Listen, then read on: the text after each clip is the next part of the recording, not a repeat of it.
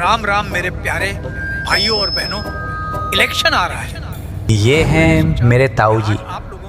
पिछले चुनाव में ये इतनी घिसी पिटी हालत में जीते थे कि खुद इन्हें भी यकीन नहीं था कि जीत गए हैं या गलती से गिने गए हैं। लेकिन नेता बनते ही इनका कॉन्फिडेंस इतना ज़्यादा बढ़ गया कि अब इन्हें झूठ बोलना आता ही नहीं है।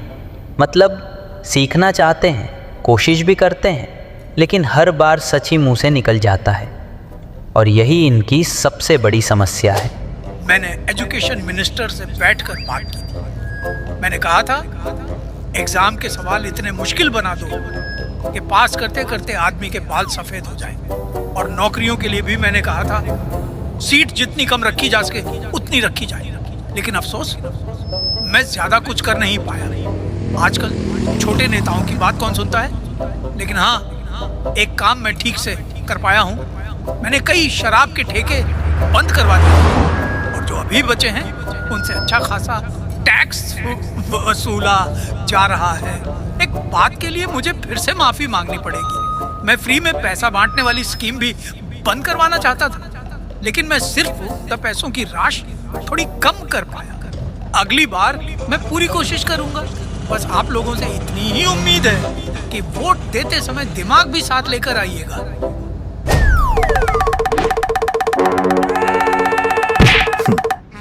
बड़ा आया नेता बनने वाला। यहाँ नौकरी मिल नहीं रही और ये ऊपर से पैसा बांटने वाली स्कीमें भी बंद करवा रहा है। डिप्रेशन इतना है कि अब आदमी दारू भी नहीं पी सकता। अरे दैया रे, मार दिया रे। आहा, आउच। अब तो भलाई का जमाना ही नहीं रहा। कहा था कि स्क्रिप्ट मैं लिख देता हूँ, लेकिन तो आपको तो सब कुछ अपने मुंह से ही उगलना था। अब वोट छोड़ो, दोबारा चप्पल भी नसीब नहीं होगा।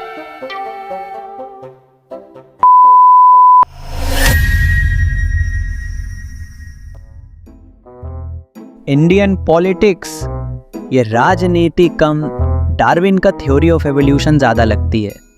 यह सिस्टम ही ऐसा बन चुका है कि अगर कोई नेता ठीक से झूठ नहीं बोल पाता तो वही सिस्टम उसे नेचुरली रिजेक्ट कर देता है और आखिर में सिर्फ वही बचता है जो महाझूठा होता है। देखो, इसे समझना इतना भी मुश्किल नहीं है। मैं तुम्हें एक किस्सा बताता हूँ। ये मेरे कोचिंग के टाइम की बात है। वहाँ पर एक लेक्चरर था, इतना स्ट्रिक्ट और इतना बोरिंग कि उसकी क्लास नर्क जैसी फील होती थी। हर दिन वही प्रेशर, वही डर और पढ़ाई से ज़्यादा पनिशमेंट का माहौल। एक दिन ऐसा हुआ कि वो स्टूडेंट्स की बर्दाश्त के बाहर जाने लगा। रिजल्ट ये निकला कि कोचिंग में स्टूडेंट्स की गिनती धीरे धीरे गिरने लगी। बहुत से स्टूडेंट्स ने कोचिंग छोड़ दी। इस सिचुएशन में कोचिंग ओनर को मजबूरन एक रूल लाना पड़ा और वो रूल था वोटिंग सिस्टम। अब स्टूडेंट्स खुद डिसाइड कर सकते थे कि उन्हें कौन पढ़ाएगा। वोटिंग हुई और वो स्ट्रिक्ट सर इलेक्शन हार गए। क्लास में एक नया टीचर आ गया। ये वोटिंग सिस्टम हर 3 महीने में एक बार होने लगा। शुरू में सब कुछ अच्छा लग रहा था, लेकिन धीरे धीरे इसका लॉन्ग टर्म इफेक्ट सामने आने लगा। टीचर्स अब बिल्कुल भी स्ट्रिक्ट नहीं रहे क्योंकि पावर अब स्टूडेंट्स के हाथ में आ चुकी थी। टीचर्स मजबूर हो गए स्टूडेंट्स की हर डिमांड पूरी करने के लिए और इसका नेगेटिव इफेक्ट ये हुआ कि स्टूडेंट्स और ज़्यादा आलसी होते चले गए। हर चीज़ में नेग्लेक्ट, हर काम में कैजुअल एटीट्यूड, क्योंकि स्टूडेंट्स जानते थे जो हमें रोके टोकेगा वो 3 महीने बाद अपनी जॉब खो देगा। इसलिए टीचर्स अपनी सारी एनर्जी पढ़ाई पर लगाने के बजाय स्टूडेंट्स को इम्प्रेस करने में लगा देते थे।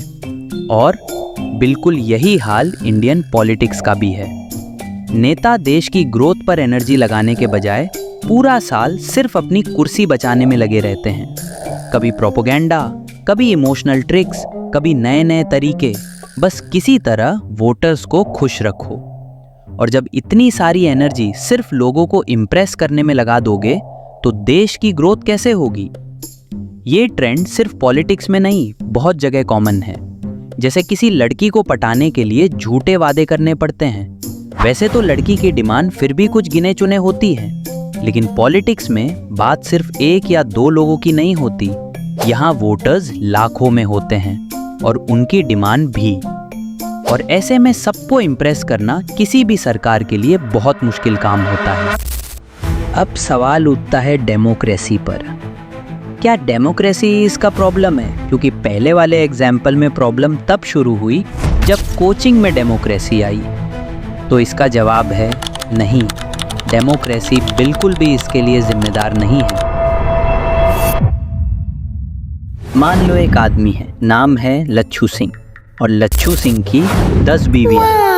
हाँ, 10। अब प्रॉब्लम ये है, 4 बीवियाँ चाहती हैं पति पूरा टकला हो, 3 कहती हैं नहीं नहीं लंबे बाल चाहिए, और बाकी 3 चिल्लाती हैं छोटे बाल बेस्ट लगते हैं। मतलब हर बीवी की अपनी अपनी डिमांड। अब लच्छू सिंह क्या करे?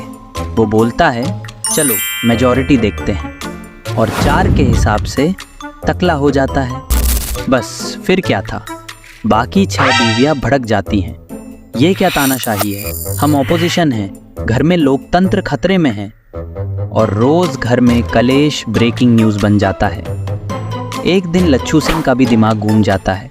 वो बोलता है ठीक है, अब मैं डिक्टेटर हूँ, और इतना काम करवाता है कि 10 की 10 बीवियाँ मायके भाग जाती हैं। अब सवाल सुनो, क्या प्रॉब्लम डेमोक्रेसी थी या डिक्टेटरशिप? नहीं, प्रॉब्लम ये थी कि किसी को यही नहीं पता था कि ये परिवार आखिर बना क्यों है। जब सब सिर्फ ये सोचें मुझे क्या चाहिए, तो चाहे घर हो या देश, कलेश तो होना ही है। इसलिए सिस्टम नहीं, सोच बदलने की ज़रूरत है। गणेश, तुम चाहे जितनी भी कोशिश कर लो किसी प्रॉब्लम को डायग्नोज करने की, एंड में तुम आओगे यहीं पर। घर हो, कोचिंग हो या पॉलिटिक्स, सिस्टम कोई भी हो, झगड़ा एक ही चलता है। सबको लगता है प्रॉब्लम सिस्टम में है, लेकिन असल में हर कोई पहले अपने बारे में सोचता है। कोई जॉब चाहता है, कोई फ्री राशन, कोई रिजर्वेशन, कोई पावर, और जब सबकी डिमांड अलग अलग हो तो सोच एक कैसे होगी? शायद इसी वजह से हर सिस्टम फेल लगता है। क्योंकि हम ये पूछते रहते हैं मुझे क्या मिलेगा, लेकिन शायद असली सवाल होना चाहिए मैं क्या दे सकता हूँ। Very poor category. Delhi's AQI reaches 350 mark. Severe AQI recorded in parts of Delhi NCR. दरअसल दिल्ली के पानी में यूरेनियम के स्तर की बढ़ने की बात सामने आई। ग्रीनलैंड की पिघलती बर्फ के सैटेलाइट मेजरमेंट के आधार पर वैज्ञानिकों ने दावा किया कि चाहे पृथ्वी को बचाने की जितनी कोशिश कर ली जाए, अब ग्रीनलैंड की बर्फ पिघल कर ही रहेगी।